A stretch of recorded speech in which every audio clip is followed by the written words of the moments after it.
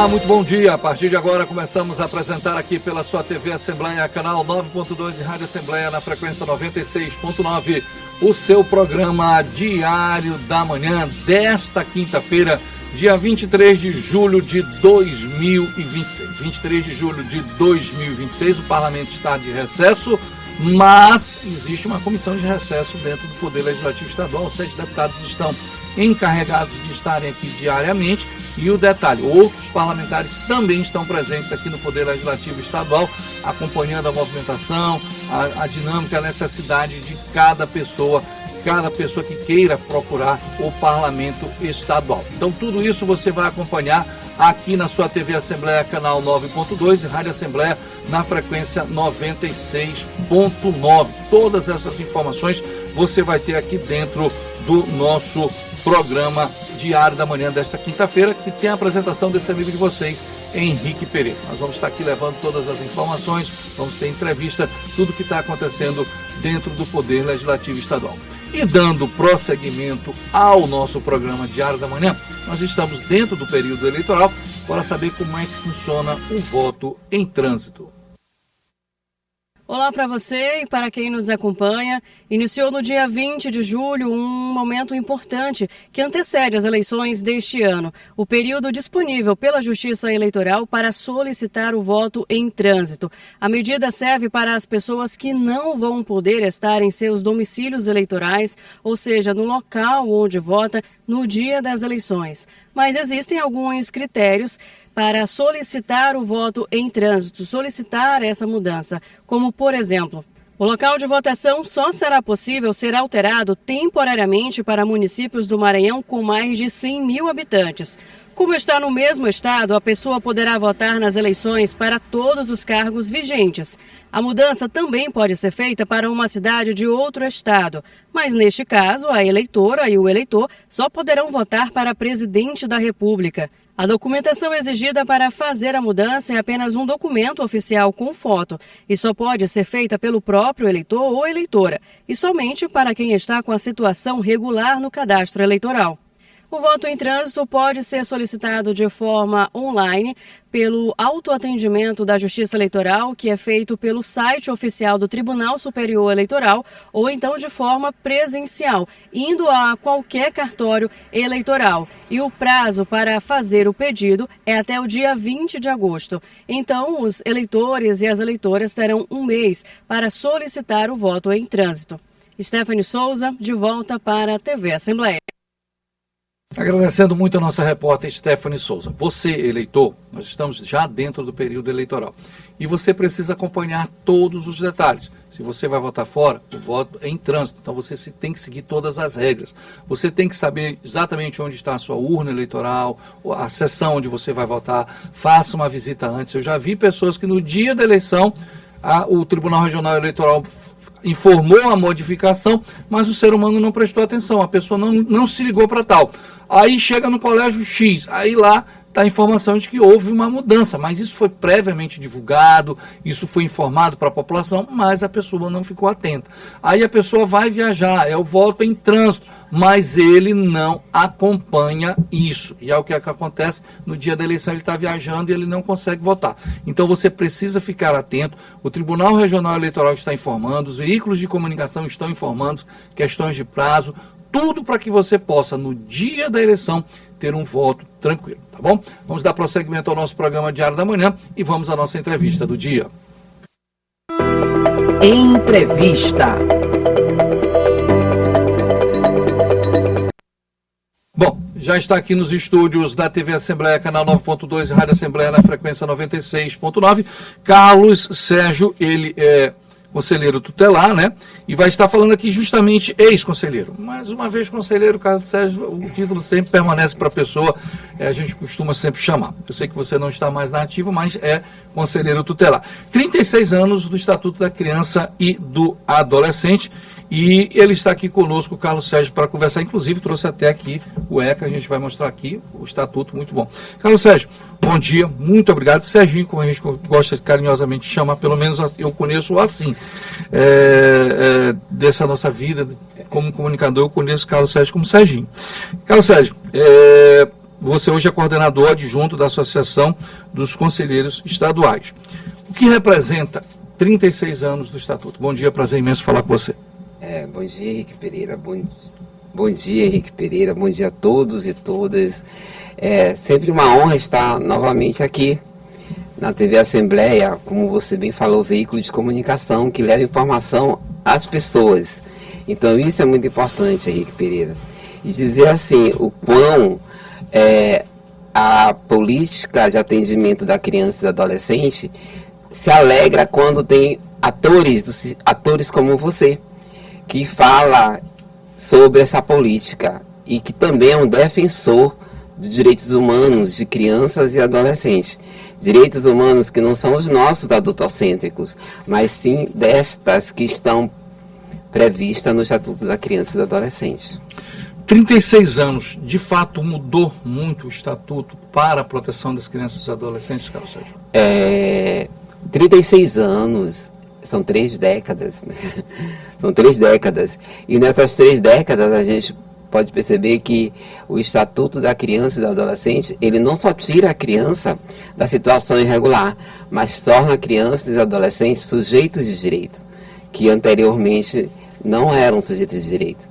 E já com o ECA, o Estatuto da Criança e do Adolescente, essas crianças podem ter direito à saúde, à educação, à assistência social, ao esporte, cultura, lazer, dentre outros direitos, até porque nós entendemos que o melhor interesse tem que ser para essas crianças, que muitas vezes estão em situação de violações, de violências diversas.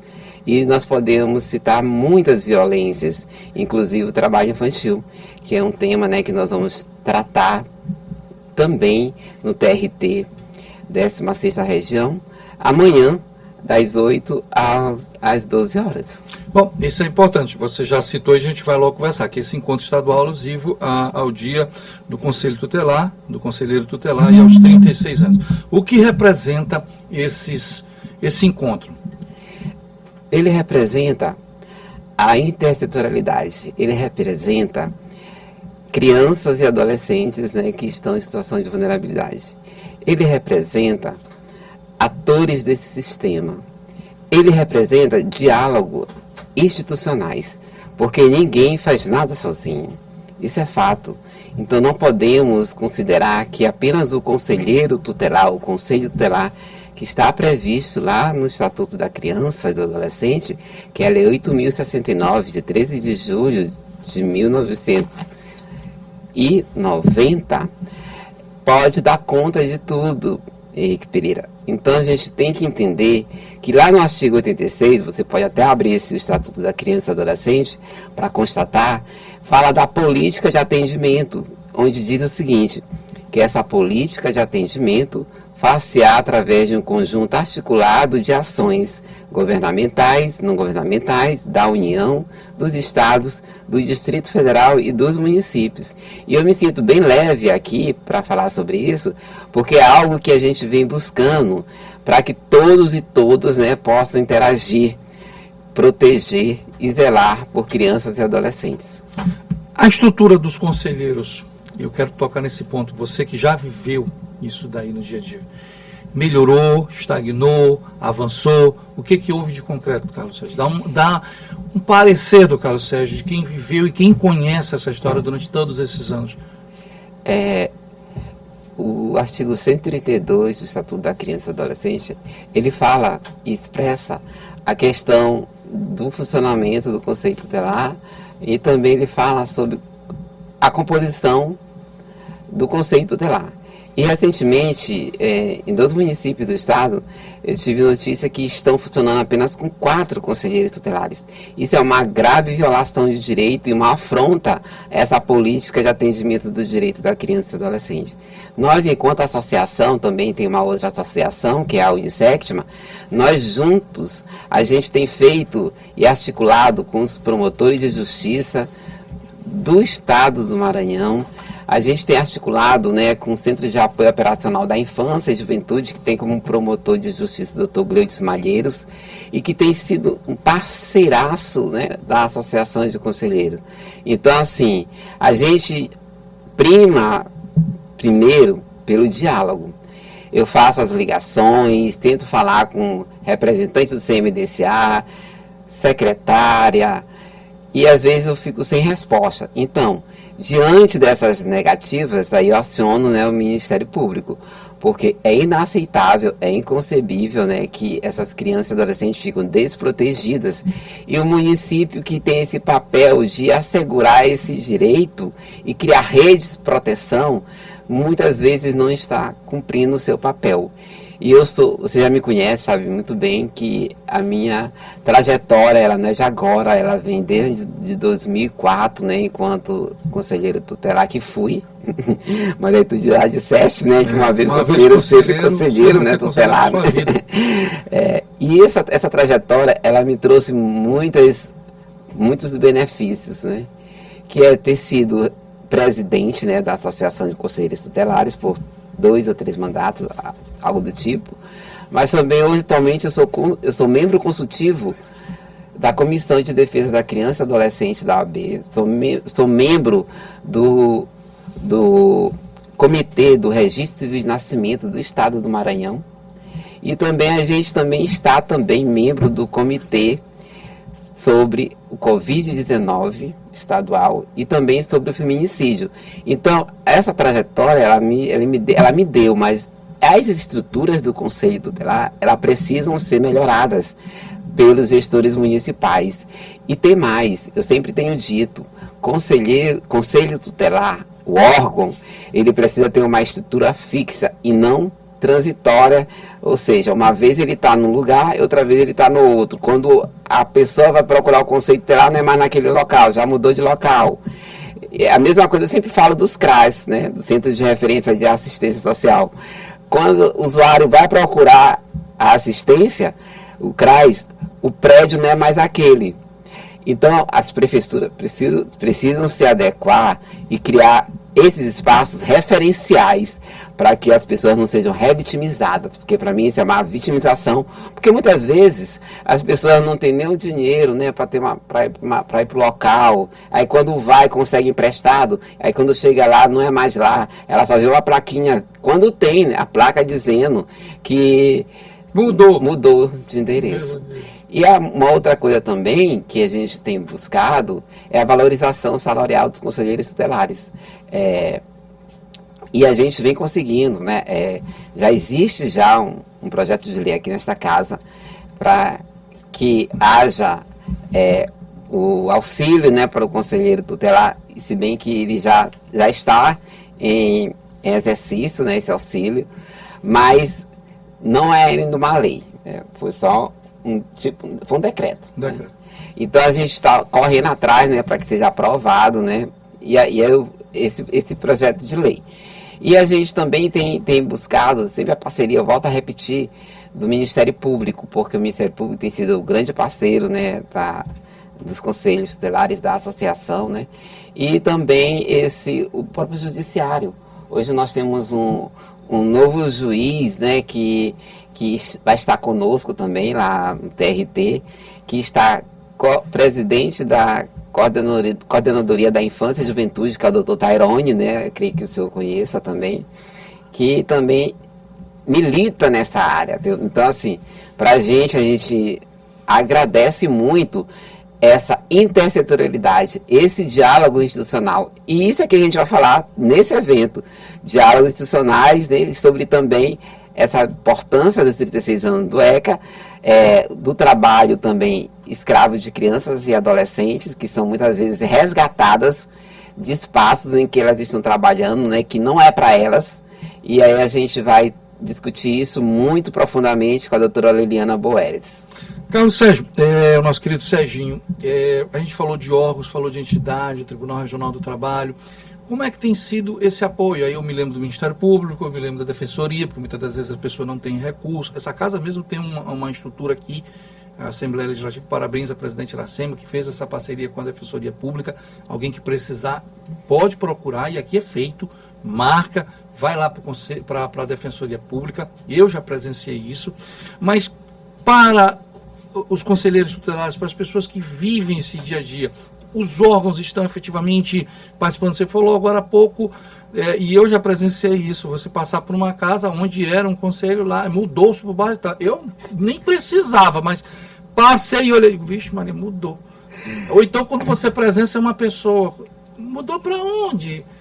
Que lugar é esse? Qual que situação chata? Mesmo. Como é que tem sido essa rede de apoio?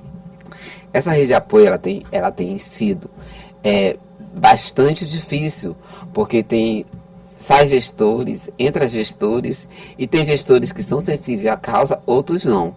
Né? Isso eu posso dizer, né, porque como você já vivenciei isso.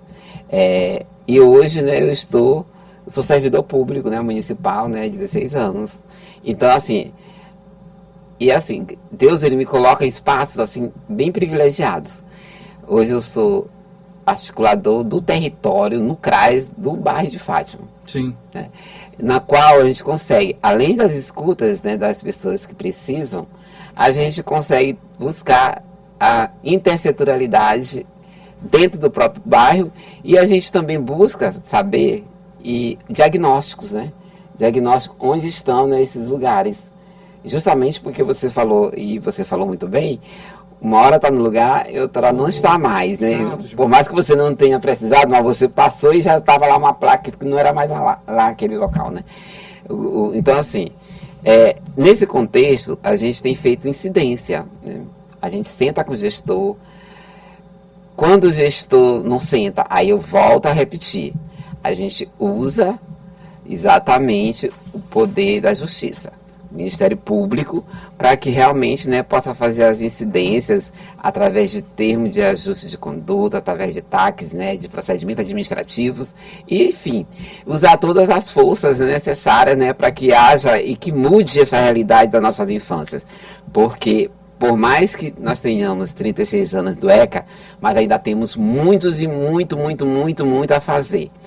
Porque proteger criança e adolescente, Henrique, é ver o futuro para melhorar a nossa sociedade, que hoje a gente vive numa sociedade em que as pessoas nem sequer se abraçam. Hoje são só telas de celular, e o abraço é na tela de celular, e elas não conseguem se tocar. E às vezes as pessoas estão tão próximas, mas não se falam. Eu estou conversando com o Carlos Sérgio, o Serginho. Serginho, você fez agora nessa reta final um depoimento muito bonito no que se refere a criança e adolescente desse mundo frio, congelado que tem. Quem conhece um pouco da tua história de vida sabe o quanto, e só tu mesmo sabe o que tu já viveu, o que tu já passou, o que tu experimentou e o que tu sentes na pele, conhece, são muitos e muitos anos dedicados a toda essa história. Eu queria um relato teu, e aí, se você se sentir à vontade, que se realmente esse ECA, que está bem aqui na minha mão, esse estatuto, ele foi um avanço, mas o depoimento do Serginho, aquele menino que passou por tantas situações. No meu ponto de vista, foi um grande avanço. Eu não digo só para o Brasil, para o mundo, porque muitos e muitos atores, né, de outros países, eles vêm conhecer o Estatuto da Criança e do Adolescente do país. Então eles procuram, né, buscar e adequar também as suas legislações, muitas vezes, de acordo com o nosso Estatuto da Criança e do Adolescente. Como eu falei no início, a criança deixou de estar numa situação irregular para ser sujeito de direitos. Situação irregular, a qual ela era vista, né, como abandonados, né, como quem vivenciou o Código de Menores, né, sabe, né, o quanto essas crianças eram encontradas nas ruas, né, de São Luís, né, e elas simplesmente eram colocadas nas FEBEMs da vida, sem nenhuma estrutura, e o juiz que determinava, né, tudo isso, né. Então, o Estatuto, ele tirou do juiz as atribuições e deu, né, aos conselheiros tutelares, né, o poder protetivo administrativo, né, para que eles possam atuar aplicando as medidas de proteção. E aí eu posso citar da importância dessas medidas, que ela esgota, primeiro, após uma violência, ou seja, uma violação detectada, diante de uma violação detectada, o conselheiro tem um papel muito importante, Henrique, de buscar as medidas protetivas, esgotando todas elas, para poder aplicar outras medidas. Mas antes, o conselheiro tutelar, ele precisa esgotar todas as possibilidades da manutenção dessa criança na família.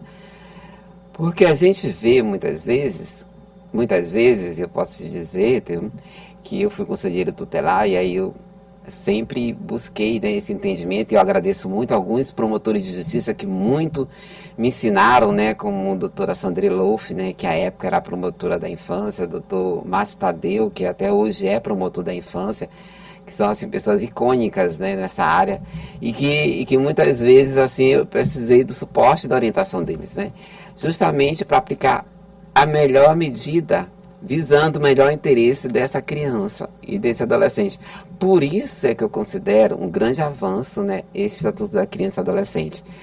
Ainda digo mais, falar em mudar esta lei, que é muito, talvez, impacta nas pessoas, porque no senso comum as pessoas falam muito em redução da idade penal. O caminho não é esse. A gente precisa de políticas públicas capazes de tirar essas crianças dessa situação que é muito, muito gravíssima, né? De violência que elas se encontram, né?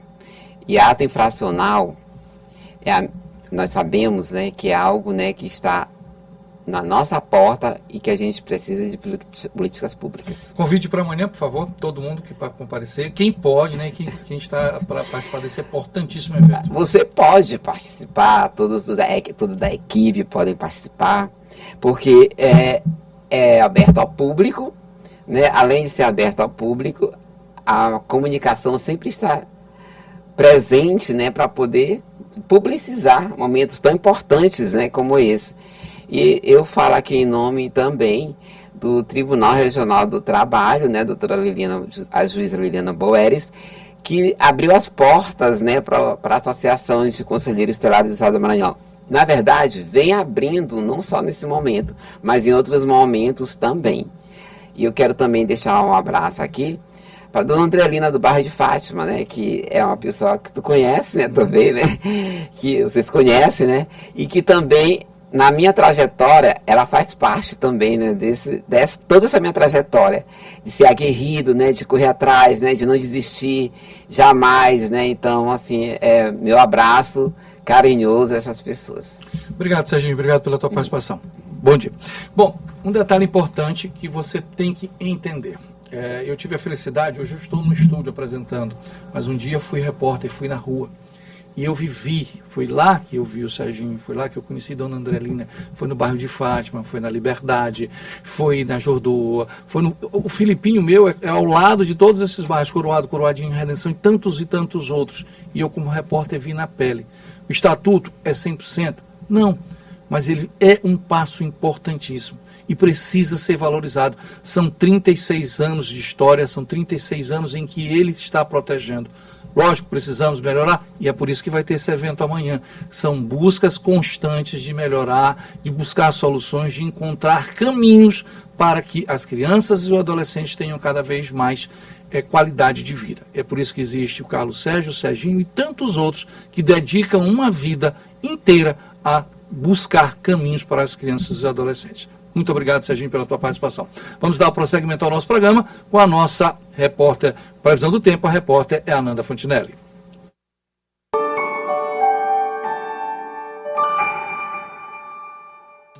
Bom dia para você que está nos acompanhando no Diário da Manhã. Quinta-feira chegando e a gente vai conferir agora como fica o tempo na capital e em outras regiões do nosso estado.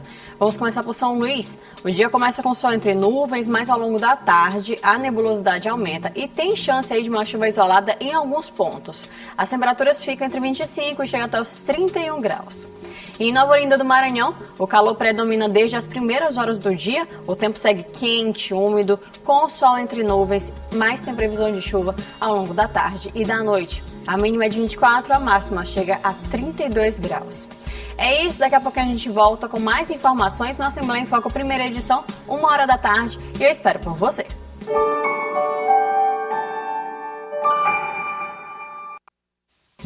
Bom, agradecendo a nossa repórter Ananda Fontinelli pela sua participação aqui dentro do nosso programa. Ontem mesmo foi um exemplo clássico. Chuvas em pontos isolados da ilha, chuvas em municípios do interior do estado do Maranhão. E ainda existe, sim, essa situação que termina sendo uma característica marcante. E ainda durante esse mês de julho, esse período acontece. Em pontos, mas a maioria já está fazendo sol constante em todo o estado do Maranhão. Vamos dar prosseguimento ao nosso programa Diário da Manhã e vamos saber sobre as doações de sangue nesse período de férias. Nesse período, muitas das vezes a gente termina não fazendo a doação, relaxando, viajando e o estoque cai. Então vamos ouvir essa matéria. As férias escolares costumam reduzir o número de doadores de sangue e isso acende um alerta no Hemomar. Com os estoques em nível crítico, a instituição reforça o apelo para que a população faça doações e ajude a manter o atendimento aos pacientes que dependem de transfusões. Nós estamos num período de festividades juninas ainda, férias escolares, férias de trabalho, mas a demanda não tira férias, né? Então a gente tem que estar procurando manter essa oferta por conta de quê? Pelo período, é uma dificuldade que não é só aqui no Maranhão, é o Brasil inteiro, os hemocentros inteiros estão enfrentando, né? E aí a gente vai, assim, inventando estratégias para segurar essa fase. Quem chega ao Hemomar mostra que doar sangue é um ato simples e capaz de transformar vidas. Além de seguro, o procedimento é rápido e pode beneficiar até 4 pacientes. É um ato de solidariedade e por ser da área da saúde também, eu sei a importância da doação, né, do sangue. Muitas pessoas precisam e muitas das vezes não tem disponível nos postos de coleta e na Hemomar, então eu achei importante nesse dia de hoje fazer essa doação. Eu indico para quem puder vir doar, para vir doar sangue, porque doar sangue salva vidas e tem muita gente precisando, né, dessa doação. E que as pessoas que puderem vir doar, vir fazer esse gesto de amor, eu estaria grato. Cada pessoa que vier fazer essa doação. Para doar, basta estar em boas condições de saúde, apresentar um documento oficial com foto, ter entre 16 e 69 anos, menores de 18 precisam de autorização do responsável, pesar mais de 50 quilos, estar alimentado e ter dormido bem. Neste período de férias, alguns minutos do seu tempo podem representar uma nova chance de vida para quem espera por uma transfusão. Eu sei que todo mundo gosta de aproveitar o período de férias, todas as pessoas gostam de se divertir, querem passear, querem aproveitar para descansar, quem realmente está de férias, a meninada, toda a situação. Mas é necessário que seja feita sempre essa reposição. O sangue é vida, o estoque não pode baixar, ela precisa ter um estoque mínimo para necessidade. É a mesma coisa, sangue e doação de leite materno.